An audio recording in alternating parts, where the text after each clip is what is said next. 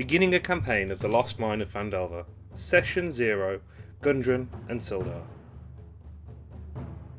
This video is brought to you by me. I now have a Fiverr account where I can make your characters, NPCs, organisations or towns in exchange for just a few of your pennies.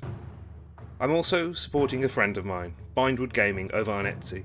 She creates all manner of geeky, wonderful things, and you can get 10% off your whole order by using my code LAWLOUNGE at checkout.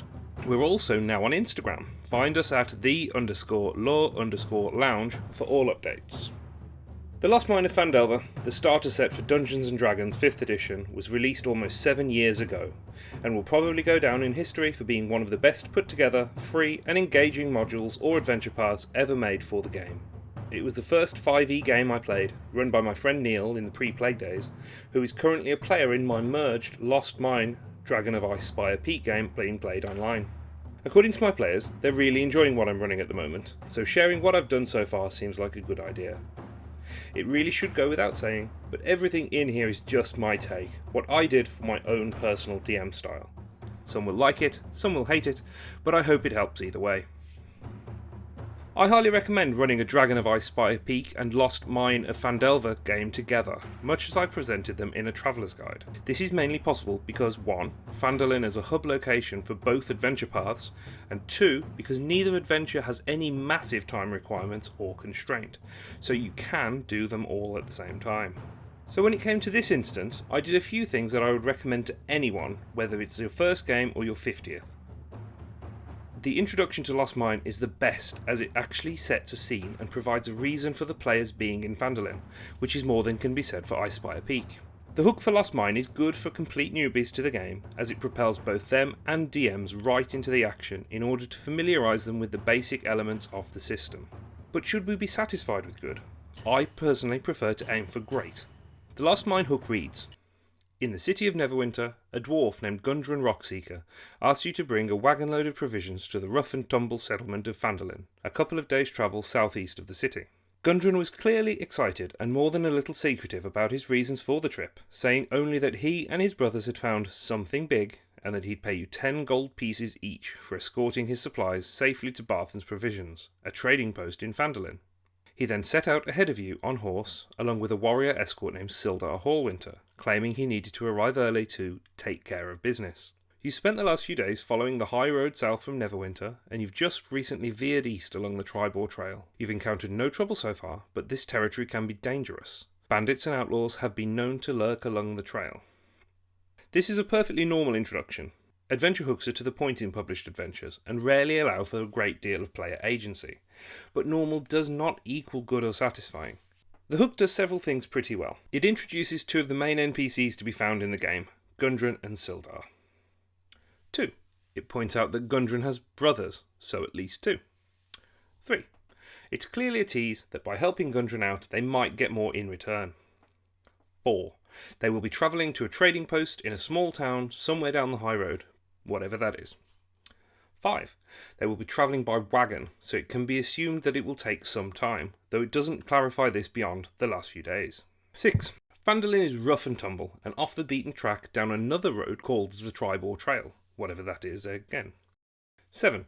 It's also a lawless place, suggesting violence being likely. How about the things it doesn't do so well? 1. It presents Gundren as a dwarf. That's all we have, aside from his gender and the fact that he has a plurality of brothers, which it's reasonable to assume will be relevant down the road. Is he a trader? Is he an explorer? Is he handsome or is he ugly? We simply have no idea. Sildar at this point is even worse off. All we have for him is a reasonable assumption that Sildar is a male name and that he is a warrior escorting Gundren. That's nothing to work with, especially as players have the opportunity to spend far more time interacting with him than they will with Gundren. We even have to assume that he's human in the absence of any other species description. 3. It gives the uninitiated nothing to go on as to what Neverwinter, the High Road or the Triboar Trail are. Neverwinter is actually one of the most important cities in the north of Faerun, and the journey is one of around 100 miles or 160 kilometres. This leads on to 4.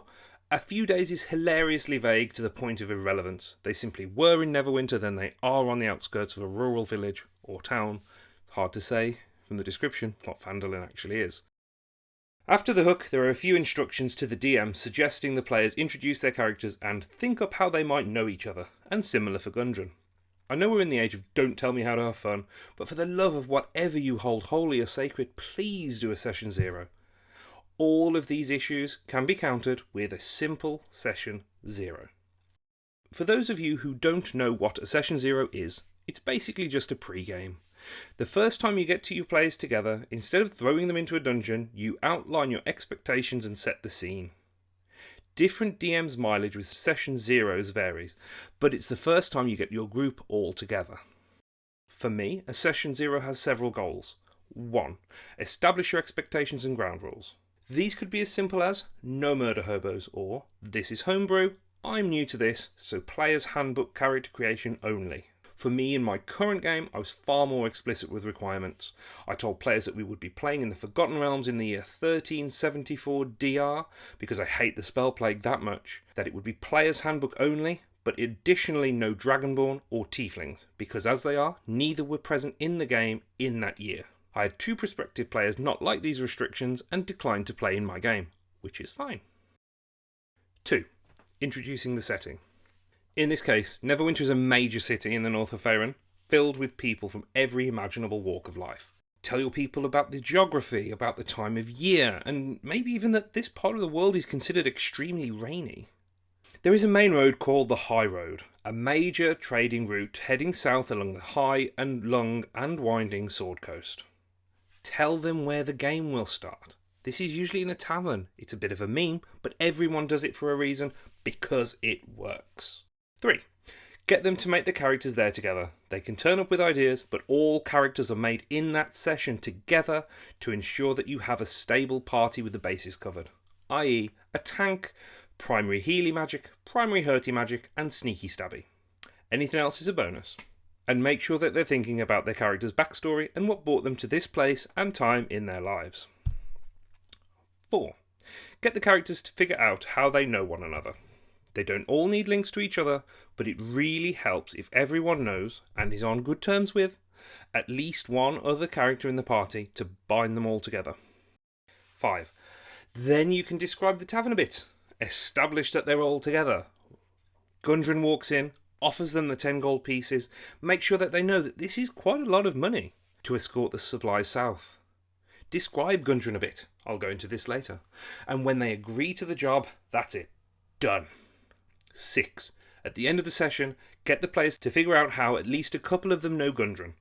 Get them to send you a couple of 100 words, or at least a bunch of bullet points about their character and their backstory, so that you can get to know the characters. And that's it. That is session 0 done. We do these things so that in session 1 we can drop your players in a tavern in Neverwinter a few seconds after Gundren leaves and let them stretch their legs in character for a bit before they set off on the next day. Describe their journey in as much detail as you like, with as many interactions as you and they want on their 4-day trip south, and how it changes when they get onto the Tribor Trail.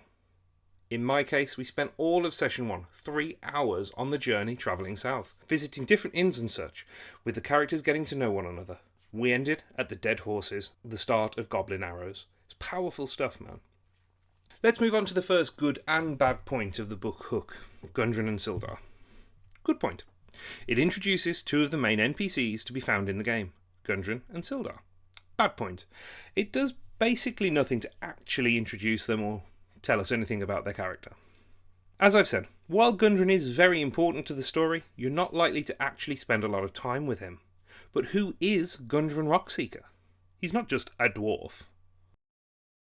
Gundren, as presented in the book, doesn't have much to him, and his brothers even less. I personally present Gundren as being around 100 years old, or approximately the human equivalent of his late 30s. He's smart, bright-eyed, and very, very physically fit. He has a fairly short, neat beard, and his black hair similarly short. He wears high-quality, well-worn travelling clothes, a short sword and a battle axe, tall boots, a leaf-green cloak, and 2 pendants on chains around his neck. One for Moradin, all-father of the dwarf species, and the other for Dumathoin, the dwarf god of lost and hidden things. He's primarily an explorer, a bit of an Indiana Jones type, going around the north of Faerun seeking out lost dwarven civilizations and antiquities with his brothers Thardan and Nundro. He's confident, capable, and normally always smiling. He has more than 30 years of exploring and finding lost things under his belt, and between him and his brothers, there's not much they can't handle. He is not your stereotypical grumpy dwarf in armour. By my thinking, in terms of stats, Gundren would be a cross-class ranger rogue of around 5th or 6th level total, with all of his talents focused in exploration. Next up, who is Sildar Hallwinter? Sildar comes out the worst from the hook. For me, Sildar is actually a much more interesting character in many ways. Reading more widely about him reveals his background. He's a lordsman of Waterdeep and a retired member of the Griffin Cavalry that defends that city. He's around 50 years old and a close friend of Gundren and his brothers, although how their friendship came about is unclear. I depict Sildar as wise and patrician, with long salt and pepper hair, tall and in great shape. A man who retired from his griffin riding days and became a travelling ambassador for the Lords of Waterdeep and the wider Lords Alliance. When players meet Gundren in Neverwinter, he's off doing other things, preparing their horses perhaps, or attending to official business, so they don't meet him there. Save him for later. They do meet him in the Cragmore hideout in Chapter 1 of Lost Mine, where he has been reduced to 1 hit point and is being abused by the senior Goblin there. I see him as a significant fighter or paladin, probably a cavalier around level 9. He's powerful, but age is taking the edge off him, while it lends wisdom and increases his ability to be the peacemaker. Regarding Gundren and Sildar's relationship, I see them as having a big old bromance.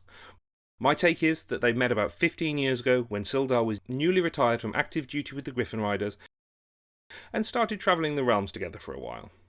They met somewhere like Yartar or Neverwinter and had extremely different life stories. The Knight and the Ranger, the Skyrider and the Dungeon Delver, the Ender of Things and the Finder of Lost Things. I think it's pretty sweet. Of course, 15 years isn't much to a dwarf. All that's happened to Gundren in that time is he's gotten wiser and had a few more near misses.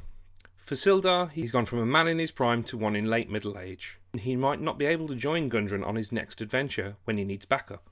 This brings a sadness to him. These things, taken together, should hopefully go some way to building the stakes within the group as they relate to the story being told. This recording's running a little longer than I'd like, and so I thought I'd break here and go over the rest of the intro points in a future video. I'll also dig a little more into what my players did with Sildar and what I've done with him since, because he's awesome. Thanks very much for watching. This video is a little outside my normal wheelhouse of just doing lore videos, but I do feel comfortable doing it because my advice is all to develop internal lore of other people's stories. Please check out Vinewood Gaming for a 10% discount with the code LoreLounge for all your purchases, and have a look at my Fiverr if you're interested in me building some characters, NPCs or anything like that for you. Please hit like, comment some of the other things you'd like me to pull apart, share and subscribe. But above all, have a great day folks, you're all truly wonderful. This is Thomas from the Lore Lounge.